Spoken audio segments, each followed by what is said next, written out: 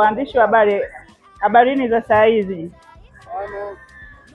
Kwa jina naitwa Dr. Eva Wakuganda, ni daktari bingwa magonjwa ya moyo kutoka Taasisi ya Moyo ya Jakaya Kikwete, lakini pia ni mkuu wa kitengo cha uchunguzi kwa wanamichezo kutoka Taasisi ya Moyo ya Jakaya Kikwete.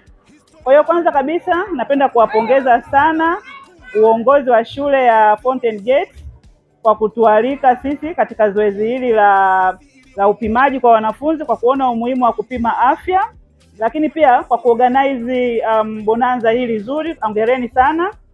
Kwa nini ni muhimu sana kupima wanamichezo?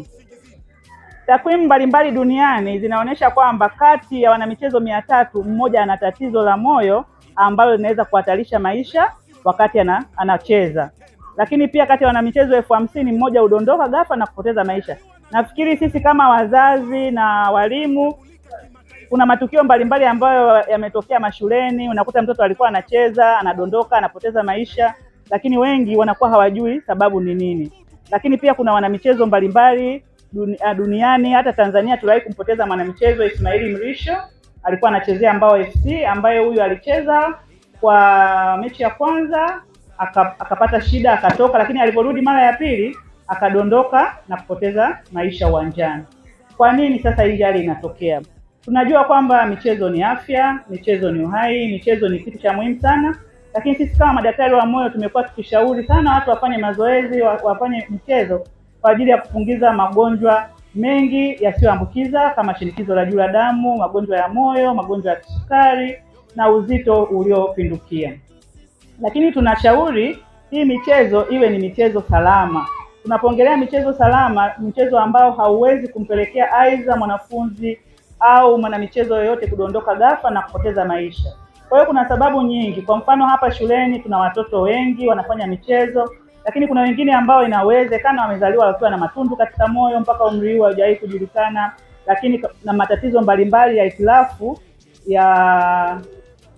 ya umeme wa moyo. Lakini pia mwanamichezo anapofanya michezo kwa muda mrefu, unaweza kuona kwamba mtu anabadilika muscles, labda kama anafanya weightlifting, ananyanyua vitu, anabadilika muscles za miguu kama ni mcheza mpira. Kwa hiyo hata moyo huwa unapitia mabadiliko mbalimbali kutokana na michezo. Na mabadiliko haya yakifika at a certain extremes yanaweza kumsababishia mchezaji au mtoto akadondoka ghafla uwanjani na kupoteza maisha. Kwa hiyo ni muhimu sana kupima kabla ya michezo. Tunataka watu wacheze michezo salama, tupunguze vifo vya ghafla uwanjani, lakini pia tutengeneze to build capacity au kuwawezeshia uwezo mashuleni pamoja na clubs mbalimbali, kwamba inapotokea mwanamichezo kama hivi leo, wazazi wengi wamekuja wana michezo mbalimbali, lakini I'm sure wengi hawajapima afya kuona wako fit kiasi gani. Unaweza kawa una pressure iko juu, lakini unakuja hapa unakimbia ghafla unadondoka. Kwa hiyo kuweza kuwezeshia uwezo kwamba ikitokea mwanamichezo amedondoka ghafla au mtu amedondoka hapa, timu ya medical iwe na uwezo wa kutoa huduma za dharura ili kuweza kumrudisha.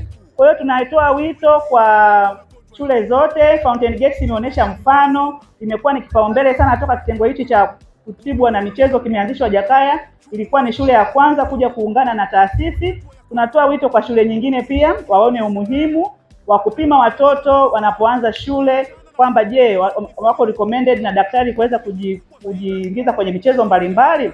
Lakini pia na serikali na Wizara ya Michezo kuona umuhimu wa kuweka sera ambayo kila mwanamichezo kabla hajacheza aweze kupima kwanza, ili kuona kwamba anafaa kufanya michezo ili kuzuia athari mbalimbali, ikiwa pamoja na vifo vya ghafla uwanjani. Asanteni sana.